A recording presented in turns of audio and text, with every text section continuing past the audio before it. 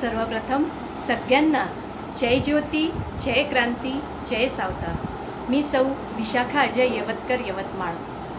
सर्वात आधी संस्थेचे संस्थापक अध्यक्ष आदरणीय गुरुवर्य दशरथ कुळधरण अण्णासाहेब यांना माझा जय ज्योती, जय सावित्री, तसेच तमाम सावित्रीच्या लेकींना आणि मान्यवर मंडळींना स्नेहपूर्वक नमस्कार करते।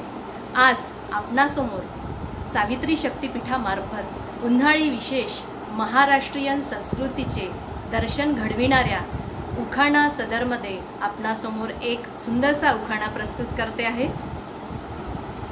महादेवाच्या मंदिराला सोन्याचा कळस, महादेवाच्या मंदिराला सोन्याचा कळस, श्री हरीला वाहते प्रेमाने तुळस, श्री हरीला वाहते प्रेमाने तुळस, तुळशीचे बाई सुंदर असे वृंदावन, तुळशीचे बाई सुंदर असे वृंदावन, प्रभू श्री रामचंद्राच्या पदस्पर्शाने पावन झाली भूमी तपोवन, तपोवन आहे साधू संतांची भूमी महान, तपोवन आहे साधू संतांची भूमी महान, गोदावरीच्या पाण्याने भागते नाशिककरांची तहान, नाशिकची द्राक्षे गोडच गोड, नाशिकची द्राक्षे गोडच गोड, नाशिकच्या सौंदर्याला नाही कशाचीच तोड, नाशिकच्या सौंदर्याला नाही कशाचीच तोड, सौंदर्य सौंदर्य देखणं माझं रूप, सौंदर्य सौंदर्य देखणं माझं रूप, देवपूजा करते लावून अगरबत्ती आणि धूप, देवपूजा करते लावून अगरबत्ती आणि धूप, देवा ब्राह्मणांच्या साक्षीने, देवा ब्राह्मणांच्या साक्षीने